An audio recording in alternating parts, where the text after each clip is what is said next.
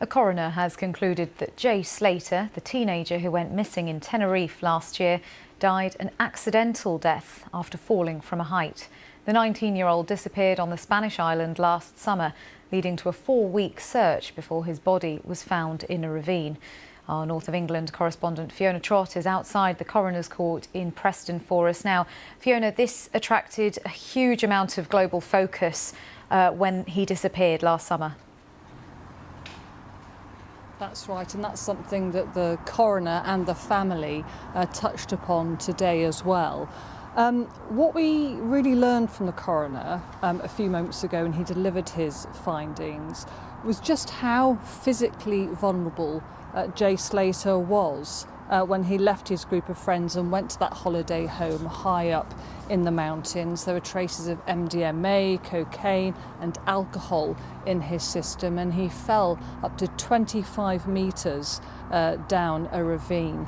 As you mentioned there, the search went on for 29 days before they found his body. That is why there was so much media attention from people around the world speculating about what may have happened to him on social media. That's also because the Spanish police, unlike here in the UK, were not giving regular updates on a day-to-day basis, so people were making up their own minds about what happened. So this is what we learned. He had alcohol and drugs in his bloodstream, in his system.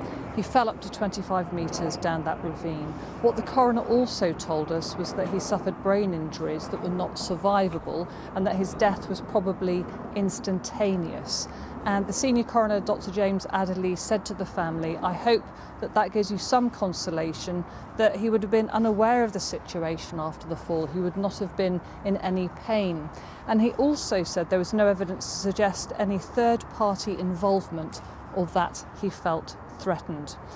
When he delivered his findings, Jay's mum, Debbie Duncan, nodded.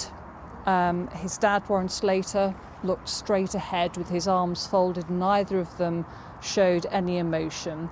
And the coroner then said this: Jay's death was tragic enough for the family, he said, but the media attention made it more difficult, and he hoped the exploration of the facts rather than conjecture gave them some reassurance today. Now, it was a short hearing today. At the start of it, Jay's mum read out a pen portrait, a tribute to her son, for people to learn more about him and his life.